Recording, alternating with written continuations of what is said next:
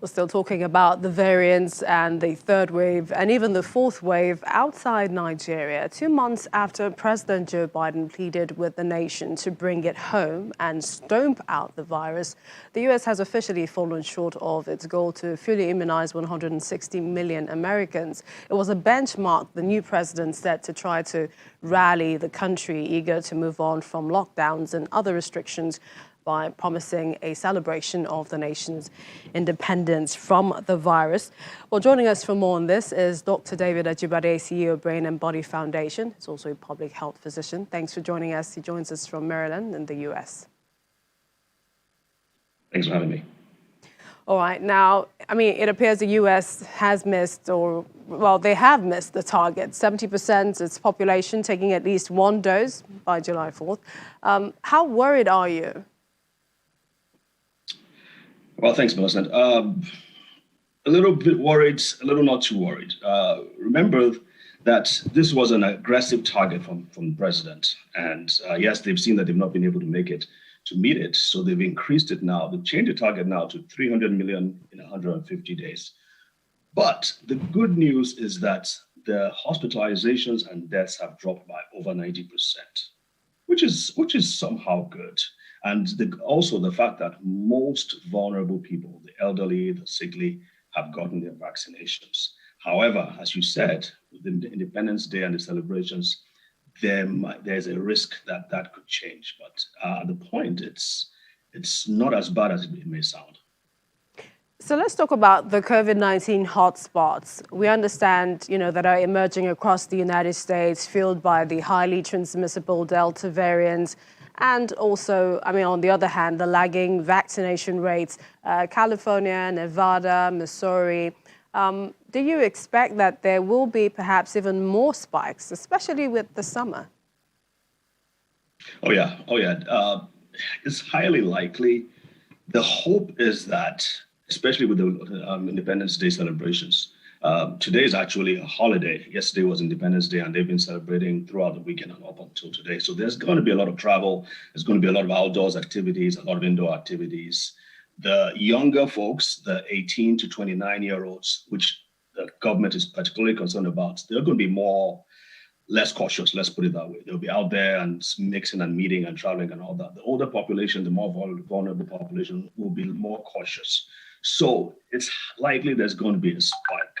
As to how bad that spike will be and how much of that will convert to hospitalizations and deaths, the hope is that enough people who are vulnerable would have been vaccinated. So it's not going to be as bad as it should be.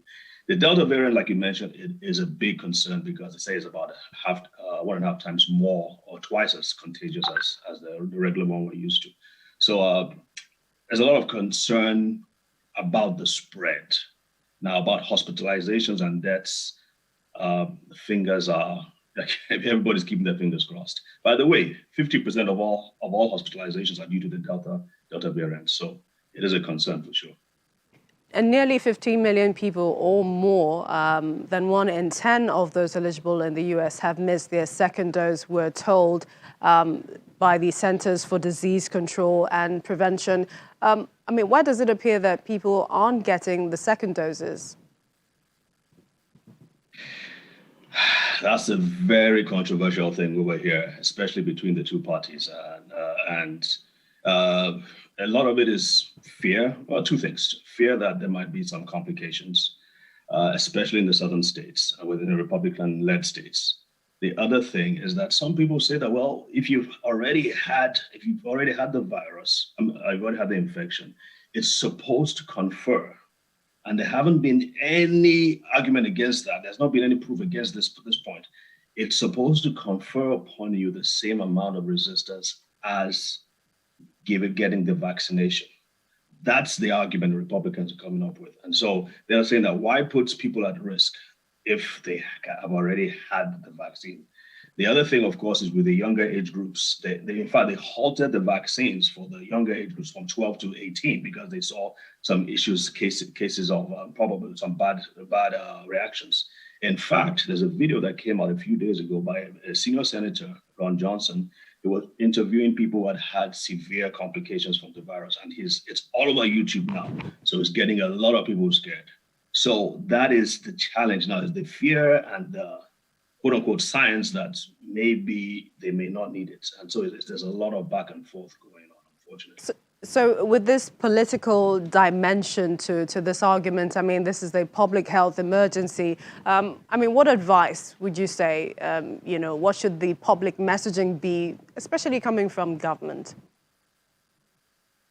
Public messaging is most especially if you're vulnerable or you feel you're going to be vulnerable, you should get it from the government. You should get the vaccine. It's been shown to be helpful in many instances. If you're in the US or in a country where you can test for antibodies and you feel you've had the virus and you want to test and make sure that the antibodies are okay, are adequate, then that's the other messaging that is there. Test for the antibodies, just to make sure that you are protected. And of course, you've got to continually stay safe and be alert. I mean, this thing, surprisingly enough, it's hitting the healthy ones as well, and the active, as well as those who are vulnerable. So it's not something you should take lightly at all. All right, we always appreciate your time on the program. Dr. David Ajibade, CEO of Brain and Body Foundation. Thanks for joining us. Thanks for having me.